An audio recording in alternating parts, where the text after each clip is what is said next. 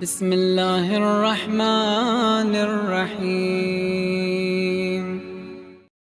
کہ دنیا میں اگر 1 ارب مسلمان ہیں اور سارے کے سارے لا الہ الا اللہ کہہ رہے ہیں اور خدا کہتا ہے جس نے لا الہ الا اللہ کہا وہ کامیاب ہے، تو آج نظر تو آئے نا کہ ہم کامیاب ہیں اور یو ایس اے والے اور کینیڈا والے اور آسٹریلیا والے اور انگلینڈ والے کامیاب نہیں ہیں، یا ہم کامیابیوں کو سمیٹنے کے لیے اپنے بچوں کو وہاں بھیجتے ہیں کہ جو مسلمان کہے کہ میں کامیاب، لیکن کہ بیٹا اگر کامیاب ہونا ہے تو انگلینڈ جاؤ، کامیاب ہونا ہے تو یو ایس اے جاؤ، کامیاب ہونا ہے تو کینیڈا جاؤ، کہ صرف چند دنوں کے لیے یو کے نے اپنا وہ گولڈن پلان کھولا کہ جس کو پاسپورٹ چاہیے وہ اتنی انویسٹمنٹ کرے تو یو کے کا پاسپورٹ مل جائے گا، تو سب سے زیادہ جو انویسٹرز تھے وہ پاکستان اور انڈیا کے تھے کہ 20-20 ملین پاؤنڈز کی انویسٹمنٹ کر کے صرف کیا حاصل کرنا چاہتے تھے؟ پاسپورٹ۔ یہ ایسے لگ رہا تھا کوئی جنت کے پاسپورٹ کا اعلان ہو گیا ہے کہ اللہ کہے کہ تمہیں 1 ہفتہ ملا، جو یہ نیکی کرے اسے جنت کا پاسپورٹ مل جائے گا۔ آج ہماری نسلیں سچ مچ جنت کا پروانہ سمجھتے ہیں ان کنٹریز کو کہ وہاں کا ویزا مل جائے، وہاں کا پاسپورٹ مل جائے، یا وہاں کی نیشنلٹی مل جائے، یا وہاں پہ کوئی جاب مل جائے، یا وہاں کا لائف اسٹائل مل جائے، تو ایک طرح کی ان کے لیے کیا ہے؟ جنت ہے۔ اور جنت کیوں نہ ہو؟ کیونکہ فطرت بشر میں ہے کہ انسان کسے پسند کرتا ہے؟ میں بارہا کہہ رہا ہوں، انسان کمال کو پسند کرتا ہے۔ یہ اللہ نے آپ کی نیچر میں رکھا کہ ہر انسان پرفیکشن کا عاشق ہوتا ہے۔ ابھی الگ بات ہے جو جسے کمال سمجھ رہا ہے وہ کمال ہے کہ نہیں، ایک الگ بحث ہے۔ اب وہ صاحب بصیرت ہو کہ اگر رہبر کہتے ہیں کہ مرد مومن ہمیشہ کیا ہوتا ہے؟ صاحب بصیرت ہوتا ہے، وہ چیزوں کو صرف ظاہر تک نہیں دیکھتا، چیزوں کے اینڈ تک جاتا ہے۔ اور یہ جو ماڈرن سلیوری کا زمانہ ہے، جسے ہم ماڈرن غلامی کہتے ہیں، آج ذہنوں کو کیا بنا دیا گیا ہے؟ غلام بنا دیا گیا ہے۔ اور اگر آج کوئی انسان کہے کہ نہیں میں اس غلامی سے نکلنا چاہتا ہوں، تو اسے گولی مار دی جاتی ہے۔ آج جتنے عرب ملک ہیں غلامی میں ہیں تو ایکسیپٹیبل ہیں۔ آپ لہجہ دیکھیں نا کہ آخری زمانے میں، امام کے زمانے میں، کہ دجال کا لہجہ یہی ہوگا، میری مانو، نہیں مانو گے تو تمہارے رزق کو بند کر دوں گا، نہیں مانو گے تو تمہارے بچوں کی جان کو لے لوں گا۔ تو پرسوں آپ ٹرمپ صاحب کی تقریر سنیں کہ جس میں یورپ کا کنٹری ہے اسپین، جس نے منع کیا کہ جناب ہم اس میں آپ کے ساتھ شامل نہیں ہوں گے اور ہم آپ اپنے اڈے ایئر بیسز آپ کو نہیں دیں گے۔ تو ان کا لہجہ یہ تھا کہ جناب اگر ہم آپ کے ایئر بیسز یوز کرنا بھی چاہتے تو ہمیں آپ کے پوچھنے کی ضرورت تھی بھی نہیں، ہم اسے یوز کرتے، اور آپ ہوتے کون ہیں ہمیں منع کرنے والے؟ تو وہ جتنے مسلمان ملک ہیں کسی کے اندر یہ جرت نہیں کہ نو بولے، اور جو حکمران، جو وزرائے اعظم، جو آج کا دجال خود کو خدا سمجھ رہا ہے، اگر اس کو نو بول دیں تو آپ دیکھتے ہیں ان کا مقدر یا جیلوں میں ہوتا ہے یا لیبی کی طرح قذافی جیسا مقدر ہوتا ہے۔ صدام جب تک ہاں میں ہاں ملا رہا تھا تو ایکسیپٹیبل تھا، اور جس دن اس نے بھی نام بولی تو اس کا مقدر آپ دیکھتے ہیں کیا یہ عبرت بناتے ہیں، عبرت بناتے ہیں کہ دیکھو اس نے نہ کہا تھا، ہم نے اسے کیا کر دیا؟ مقام عبرت بنا دیا۔ اتنا بڑا انقلاب ایجپٹ میں آیا، وہ اخوان المسلمین کا بندہ جو وہاں کا الیکشن جیت کے وہاں پر آیا، اور اس نے صرف نہ کہا، اس کو جیل میں ڈالا، اور کچھ مہینے پہلے آپ نے سنا ہوگا کہ جیل میں اس کو اٹیک آ گیا اور وہیں پہ مر گیا۔ یہ عبرت بناتے ہیں۔ ایران مقام عبرت ہے کہ دیکھو اگر ہمارے سامنے اس طرح ریزسٹ کرو گے تو ہم تمہارا حال وہی کریں گے جو ہم ایرانیوں کا کر رہے ہیں۔ کربلا مقام عبرت تھا۔ یزید نے کہا اگر میرے مقابلے میں کھڑے ہو گئے، کبھی آپ سوچو نا کہ امام حسین دشمن تھے یزید کے، تو دشمن کو مار دینے کے بعد کلیجہ ٹھنڈا ہونا چاہیے نا، کہ جناب فرزند رسول تھے، دشمن تھے، بیعت نہیں کر رہے تھے، ہم نے سر قلم کر دیا اب عبداللہ الحسین کا، ہم نے 18 سال کے بچے کا سر قلم کر دیا، یہاں تک کہ ہم نے 6 مہینے کے بچے کا کیا کر دیا؟ سر قلم کر دیا۔ لیکن مولا حسین کو شہید کرنے کے بعد بھی دل مطمئن نہیں ہو رہا کہ نہیں بدن پہ کیا دوڑاؤ؟ گھوڑے دوڑاؤ. نہیں، سروں کو نو کے نیزہ پہ رکھو، پورے کوفے کے بازار میں گھماؤ، تاکہ ایک ایک کوفی بچے کے لیے کیا بن جائے؟ عبرت بن جائے کہ اگر ہمارے مقابلے میں آؤ گے تو ہم یہ تمہارا حال کریں گے. لیکن خدا کہتا ہے کہ ان دشمنوں کے مقابلے میں کھڑا وہی ہو سکتا ہے جس کا ایمان مضبوط ہو.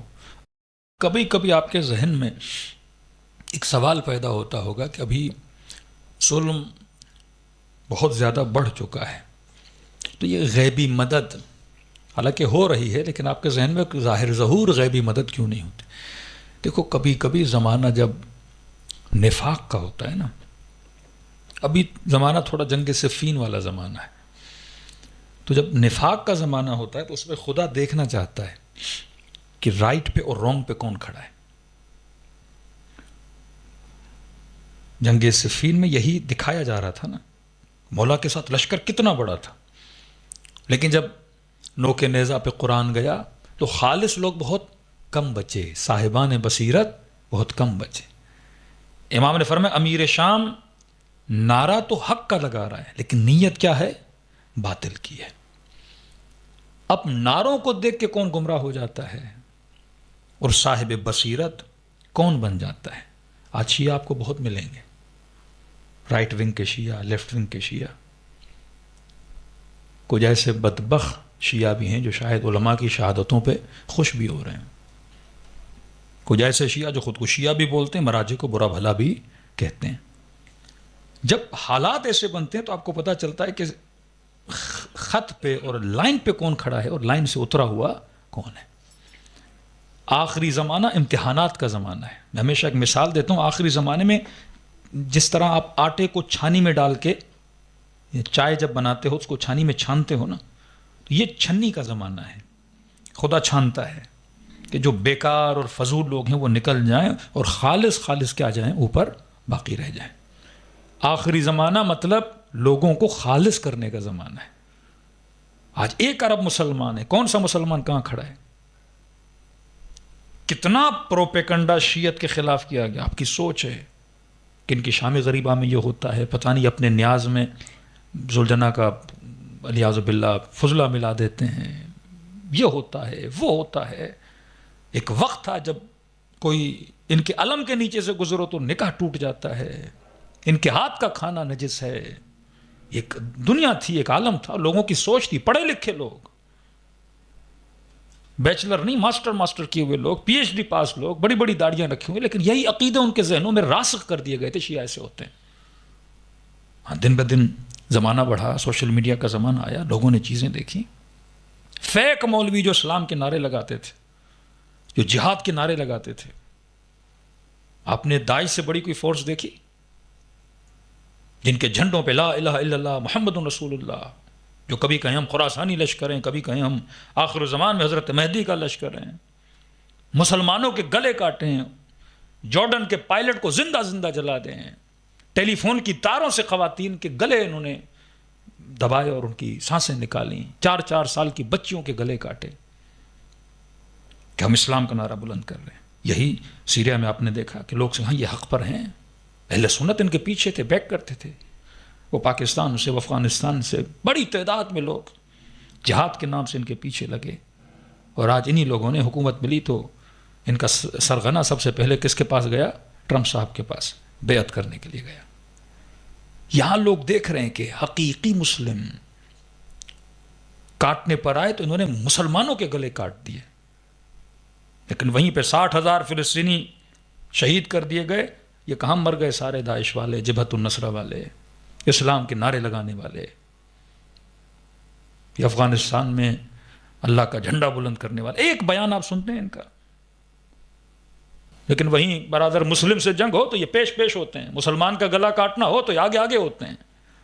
لیکن کفر کے مقابلے میں، یہود کے مقابلے میں، صہیون کے مقابلے میں یہ خاموش رہتے ہیں. اور وہیں پہ جس شیعہ کو کافر بولا گیا، جس کو نجس بولا گیا، جس کو رافضی بولا گیا، اور مسلمانوں کے بچوں کی مدد کے لیے اگر کوئی نکلا تو وہی علی بن ابی طالب کا ماننے والا باہر نکلا. یہ جنگ حق و باطل ہے، یہاں حقیقی سردار، یہاں حقیقی شہید، یہاں حقیقی مسلم، یہاں اسلام ناب محمد، وہ خالص اسلام تجھے کہاں سے ملے گا وہ بتایا جاتا ہے.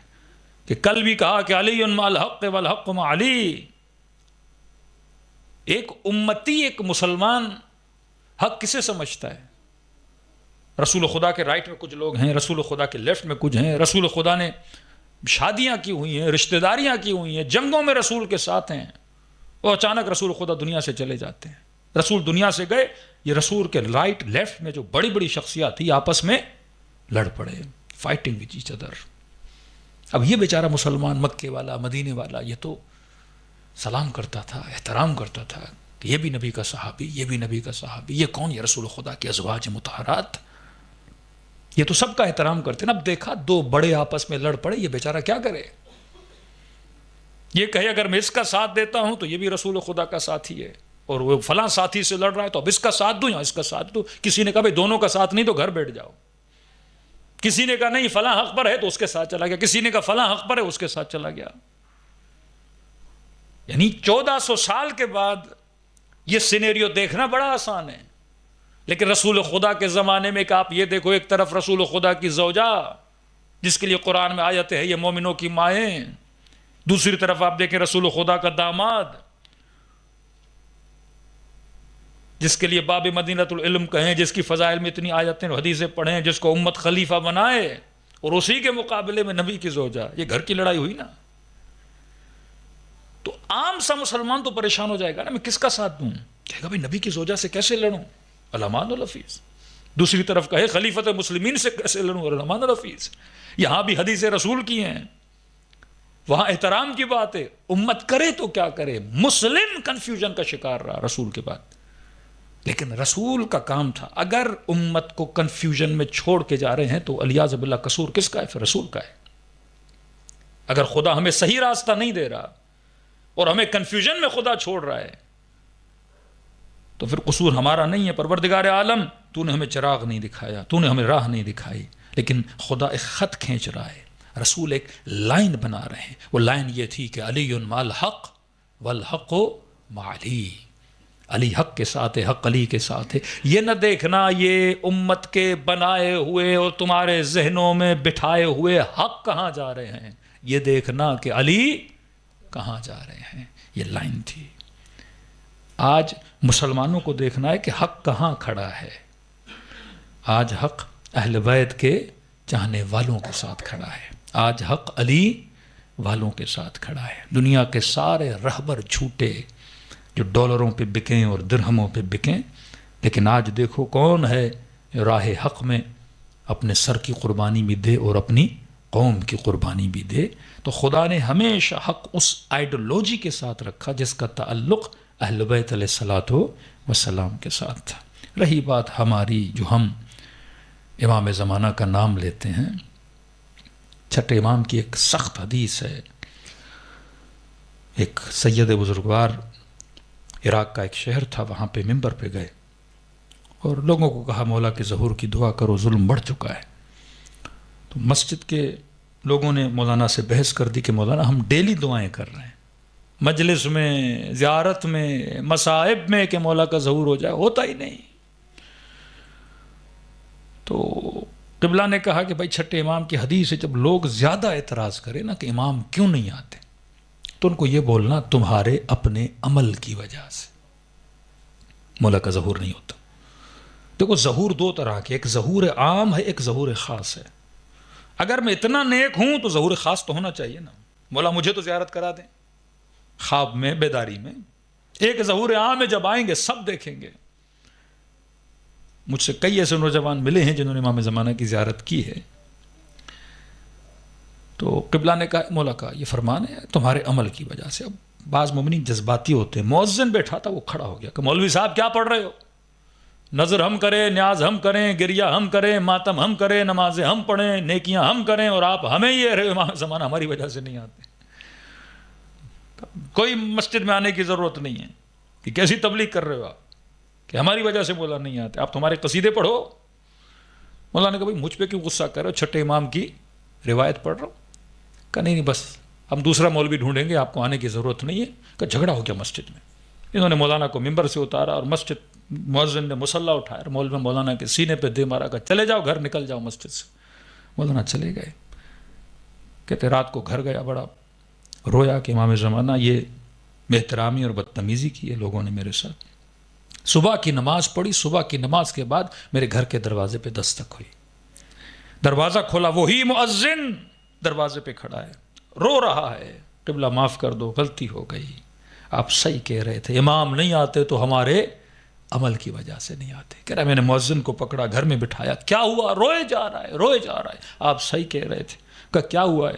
کہا آپ سے بدتمیزی کی، رات کو گھر گیا، خواب کے عالم میں ایک خواب دیکھا۔ کیا خواب دیکھا؟ خواب دیکھتا ہوں امام زمانہ کا ظہور ہو گیا ہے، گلی گلی کوچا کوچا خوشیاں منائی جا رہی ہیں، فرزند زہرا آ گئے، حضرت حجت کا ظہور ہو گیا۔ کہتا ایک بھیڑ ہے جو امام سے ملنے کے لیے جا رہی ہے، میں بھی خوشی خوشی گھر سے نکلا تاکہ امام زمانہ سے جا کے ملاقات کروں۔ کہتا بڑی مدت کے بعد، بھیڑ کے بعد ایک مصافحہ، ہاتھ ملانا امام زمانہ سے نصیب ہوا۔ اور ہر مومن کہہ رہا تھا مولا آپ، میں فلاں علاقے سے آیا ہوں، آپ میرے گھر کب آئیں گے؟ مولا میں آپ کی دعوت کروں گا۔ میں نے بھی کہا مولا میں فلاں علاقے سے آیا ہوں، آپ کب آئیں گے؟ امام فرمایا مؤذن انتظار کرنا، ہم تیرے گھر ضرور آئیں گے۔ کہتا اب خواب میں دیکھتا ہوں میں واپس اپنے گھر کی طرف پلٹ کے گیا، اتنے میں دیکھ رہا ہوں خواب کے عالم میں اپنے گھر کے صحن میں بیٹھا ہوں، میرے گھر کے دروازہ کھٹکتا ہے، اٹھتا ہوں، دروازہ کھولتا ہوں اور عجب کہ امام زمانہ میرے دروازے پر ہیں۔ میں نے کہا مولا میرے گھر میں؟ کہاں، تم نے دعوت دی تھی اور ہم نے قبول کی، آج تیرے گھر آئے ہیں۔ جلدی سے مولا بغیر بتائے آپ آئے، بیوی گھر نہیں، بچے گھر میں نہیں ہیں، بس آپ بیٹھے ہیں، میں ابھی بندوبست کرتا ہوں مولا۔ اچانک امام نے کہا نہیں تھوڑی دیر بیٹھیں گے اور چلے جائیں گے۔ کہتا جلدی گھر کے صحن میں امام کے لیے کرسی لگائی اور مولا بیٹھے اور میں بیٹھا۔ میں نے کہا بس مولا ابھی خاتون خانہ بھی آنے والی ہیں، بچے بھی آنے والے ہیں، بڑی خوشی ہوگی کہ امام ہمارے گھر میں تشریف لائے ہیں۔ کہ مولا تھوڑی دیر بیٹھے، ایک مرتبہ میرے گھر کو دیکھنے لگے، کبھی دیواروں کو دیکھا، گھر کے سامان کو دیکھا۔ کہ مؤذن تیری سیلری کتنی ہے، تیری تنخواہ کتنی ہے؟ میں نے کہا مولا تھوڑی سی ہے میری تنخواہ۔ امام فرمایا اتنی سی تنخواہ میں تو نے اتنا بڑا گھر کیسے بنا لیا؟ دا اکاؤنٹیبلٹی آف امام زمانہ، سب سے زیادہ اپنے لوگ پریشان ہوں گے جب مولا اکاؤنٹیبلٹی کرنے پر آئیں گے۔ علی لوگوں سے برداشت کیوں نہیں ہوتے تھے؟ وہ علی جو نمازی، وہ علی جو علم دے، وہ علی جو یتیم پرور، وہ علی جو شجاع، اس علی سے تو محبت کرنی چاہیے نا۔ امت تشنا ہے کہ ہم علی کو ماریں۔ طلحہ زبیر جنگیں کھڑی کر دیتے امیر المومنین کے مقابلے میں، جب خلیفہ نہیں بن رہے زبردستی علی خلیفہ بنو۔ مولا نے کہا علی تم سے برداشت نہیں ہوگا، میری عدالت تم سے برداشت نہیں ہوگی۔ جب بات کرنے کے لیے آئے تو امیر المومنین ایک دیا جلاتے ہیں، دوسرا دیا، ایک بجھاتے ہیں دوسرا جلاتے ہیں، کہ یہ بیت المال کے پیسوں کا ہے اور یہ میرے ذاتی پیسوں کا ہے، سرکاری بات کرنی ہے تو یہ جلاؤں، آپس کی بات ہے تو یہ جلاؤں۔ یہ مولا سگنل دے رہے تھے کہ تم علی سے بات کر رہے ہو، علی کو خرید نہیں سکتے۔ یہ خریدنے والی چیز نہیں ہے کہ تم امیر المومنین کو عہدے دے کے، لالچیں دے کے اور یہ کہو کہ علی ہم نے آپ کو خلیفہ بنایا تھا، لہٰذا فلاں کی حکمرانی، فلاں کا امیر آپ مجھے بنا دیں، بصرے میں مجھے بھیج دیں، فلاں شہر میں مجھے بھیج دیں۔ کہ امام زمانہ نے میرے گھر کو دیکھا کہ مؤذن تنخواہ کم ہے، اتنا گھر تو نے کیسے بنایا؟ اب امام سے بندہ کیا جھوٹ بولے جب پتہ بھی ہو سامنے والا عالم الغیب ہے، علم جانتا ہے۔ تو میں نے کہا مولا آپ سے کیا بولوں، ادھر ادھر سے کر کے ہم نے بنا لیا۔ تو امام نے کہا جو حرام کی کمائی سے بنایا ہے فوراً مال نکالو اور اللہ کی راہ میں خرچ کرو۔ مومن کہ جی مولا آپ کا ظہور ہو گیا، جان آپ پہ قربان، مولا کہیں تو پورا گھر دے دوں۔ امام نے کہا شکریہ مؤذن، امام کی اطاعت ہے تیرے اندر، جی مولا دے دوں گا۔ کہ اتنے میں تھوڑی دیر کے بعد میری بیوی گھر میں آئی، امام کو دیکھا، اس خاتون نے امام کو سلام کیا، امام نے اس خاتون کو دیکھا کہ مؤذن کون ہے؟ کہ مولا بیوی ہے میری۔ امام نے کہا حکم دے رہا ہوں اپنی بیوی کو طلاق دے۔ پریشان ہو گیا. مولا میری بچوں کی ماں ہے, اچھی بیوی تھی میرے لیے, خدمت گزار تھی میرے لیے, میں کبھی اس سے ناراض نہیں رہا مولا, اسے طلاق کیوں دوں؟ یا فرم میں حکم دے رہا ہوں طلاق دے. مولا ریزن تو بتائیں طلاق کیوں دوں؟ امام نے فرمایا کیونکہ یہ تیری رضائی بہن ہے. کیا مطلب مولا؟ کہ جب تو پیدا ہوا تھا تیری ماں کا دودھ خشک ہو چکا تھا, ہمسائے میں خاتون تھی, تم نے اس کا دودھ پیا تھا, بعد میں گھر ور الگ ہو گئے, یہ اسی کی بیٹی ہے, بڑے ہوئے تم دونوں کو پتہ نہیں تھا, تم نے شادی کر دی, جب تک علم نہیں تھا تو نکاح جائز تھا. ہاں بچے بھی تیرے حلالی ہیں کیونکہ علم نہیں تھا. اب میں بتا رہا ہوں علم آ گیا. کئی ایسے مسائل ہیں جس کا علم نہیں ہوتا, کئی ایسے مسائل ہیں جس میں مراجع احتیاط کا فتویٰ دیتے, اور امام تو احتیاط تو نہیں بولیں گے نا, ڈائریکٹ بولیں گے حلال ہے یا حرام ہے. کہ اب میں کہہ رہا ہوں طلاق دے. میں نے کہا ٹھیک ہے مولا. بیوی کو بھی طلاق دی. کہ اتنے میں میرے 19-20 سال کا بیٹا گھر میں داخل ہوا. امام نے کہا مؤذن یہ ہے تیری اولاد؟ کہ جی مولا. کہ تجھے پتہ اب کہاں سے آ رہا ہے؟ کہ نہیں مولا. کہ ابھی فعل حرام کر کے تیرے گھر میں آیا ہے, ایسا گناہ کر کے آیا ہے جس میں اسلام سزائے موت سناتا ہے.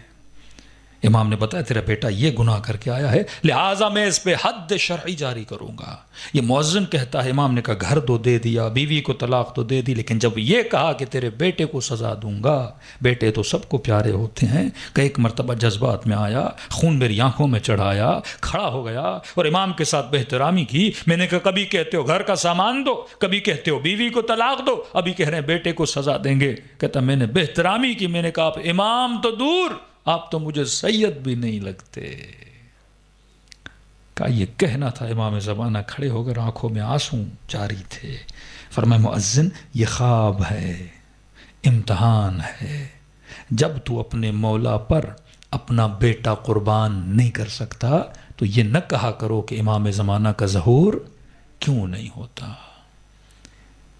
آج ایک جوان بال قربان نہ کر سکے, آج کوئی خاتون تھوڑی سی چادر سر پہ نہ رکھ سکے, آج کوئی مومن اپنا تھوڑا سا مال امام زمانہ کی راہ میں خرچ نہ کر سکے, آج کوئی مومن آدھا گھنٹہ دین کو نہ دے سکے. فرمایا یہ دین پریکٹیکل ہے, یہ صرف نعروں کا دین نہیں ہے. جنہوں نے محنتیں کیں, جنہوں نے زحمتیں کیں, تو کوئی بحر العلوم بنا, کوئی خمینی بنا, کوئی مرعشی نجفی بنا, کوئی وقت کا بہجت بنا. تو فرمایا جب تک پریکٹیکلی امام زمانہ کی اطاعت ہمارے وجود میں نہیں آتی تب تک یہ وجود ہمیں باعث خیر و برکت نظر نہیں آئے گا. خیر اگر چاہیے تو فرمایا ایمان راسخ وجود میں ہونا چاہیے. صلوات پڑھے محمد و آل محمد.